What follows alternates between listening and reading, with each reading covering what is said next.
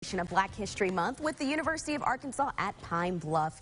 The university has produced many people who have gone on to impact not only the state and the nation, but also the world. George Cotton joins us now to introduce us to Dorothy M Hoover and Larry Braggs. Thanks so much for joining us this morning.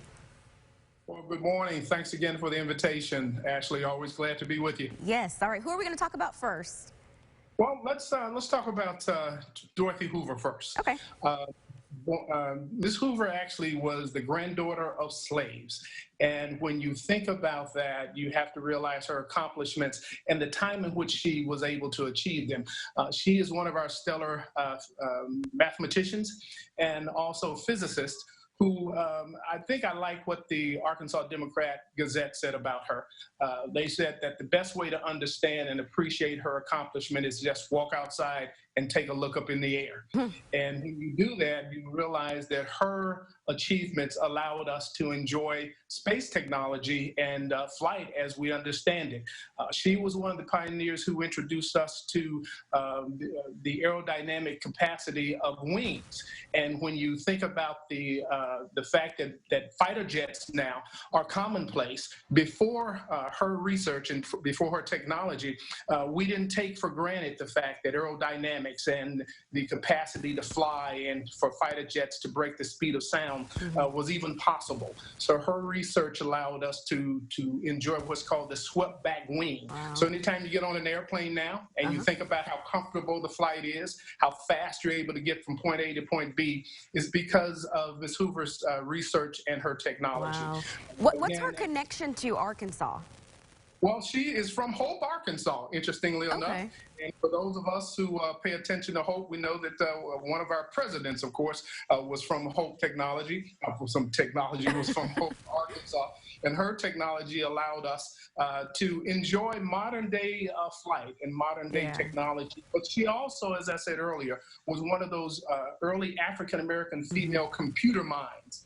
We take computers for granted nowadays, but back in the 50s, when it was just being introduced, we referred to mathematicians and physicists like Dorothy Hoover as physicists and computers themselves. Wow, her research allowed us to revolutionize flight as we know. Okay, and then let's talk about Larry Braggs. Larry Braggs, for those of us who are from the, shall I call the veteran generation who are able to appreciate Motown. Ashley, you're too young to know anything about that. I do like Motown, though. Came to us from Chicago, and for people who enjoy music, his voice has been referred to as passionate, even spiritual and sultry. Larry Braggs had his start, interestingly enough, as a member of the Vesper Choir here at UAPB, but went on to become the lead singer for two of the nation's prominent singing groups, the Temptations and the Tower of Power.